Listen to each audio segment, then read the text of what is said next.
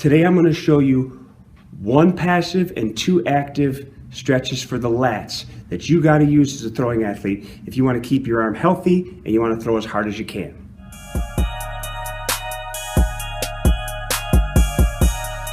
Last week we talked about different lat tests that you can use as a clinician or as an athlete to try and find out if you have tight lats. A lot of times when I'm dealing with throwing athletes, we have tight lats, scapular wing.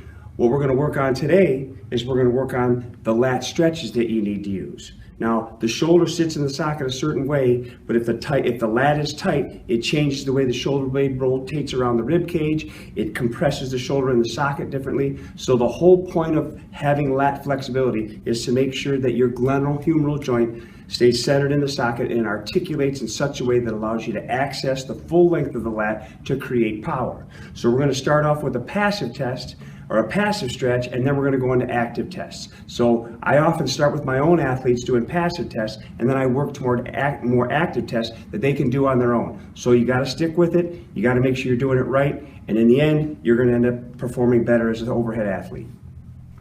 Here's technique 1 for the passive lat stretch.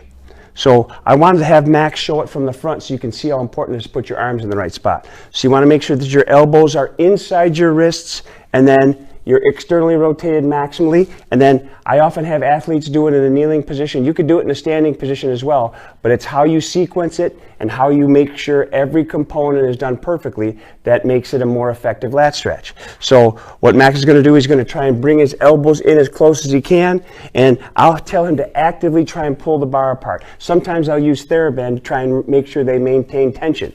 So in that position right there, he's going to push his shoulder blades. Yep, he's going to push his spine up towards the sky, protract his shoulder blades maximally around his rib cage. He's going to keep his back arched towards the sky, and then he's going to actively try and pull his hip backwards. So now try and pull your butt towards your feet, keeping yourself arched as high as possible.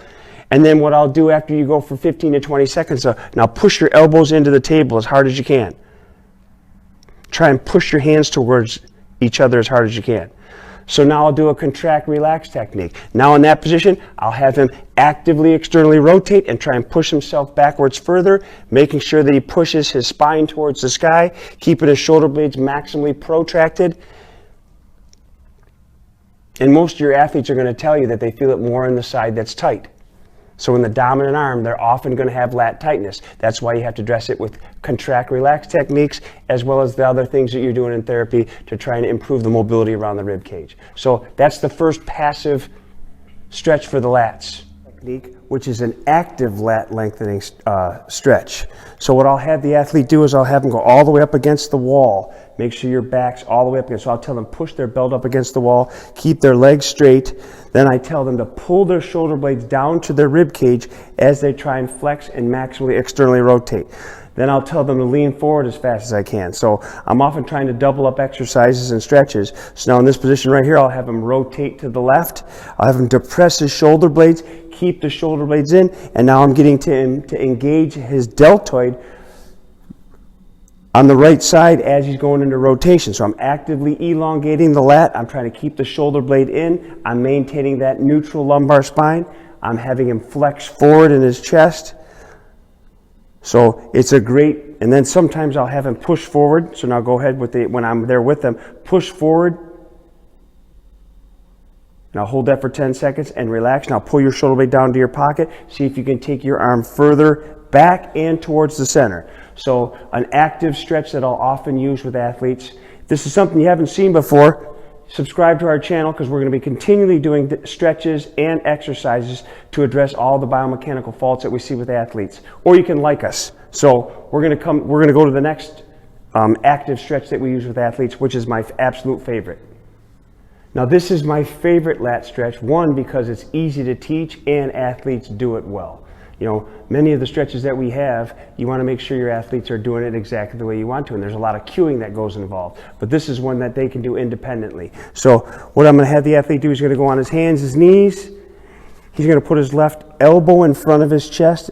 So left. Put the left one in there right there. So now the goal with this one is to try and actively elongate the lat while you work against it. So you're trying to create more strength in the direction that you need the athlete to get so that they stretch the lat the way you want it, so that they get usable length. So all of our activities are to create usable length to give the athlete the best ability to throw as hard as they can. So now what Max is going to do here, he's going to push his right arm forward.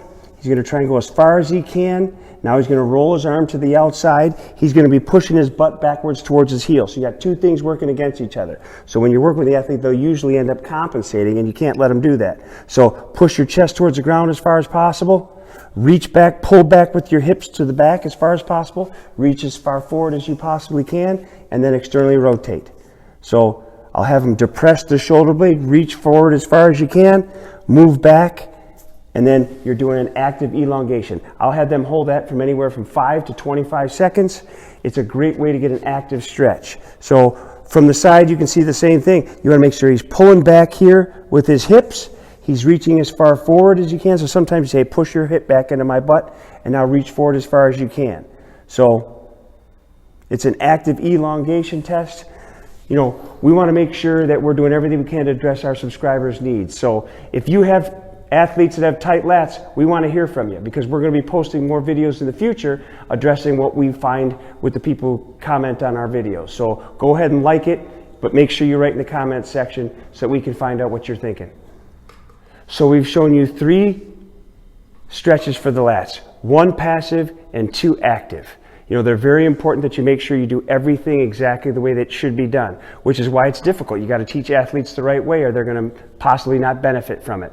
So, you know, our goal is to do as much as we can for athletes. So if you think anybody can use this video, or another athlete that you know that would benefit from it, make sure you send them the video, like it, comment on it, and we're going to continue to do exercises as well as stretches to try and address all the biomechanical faults that we see with athletes that have to be addressed when you're trying to get an athlete back to the mound or have them throw as hard as they can.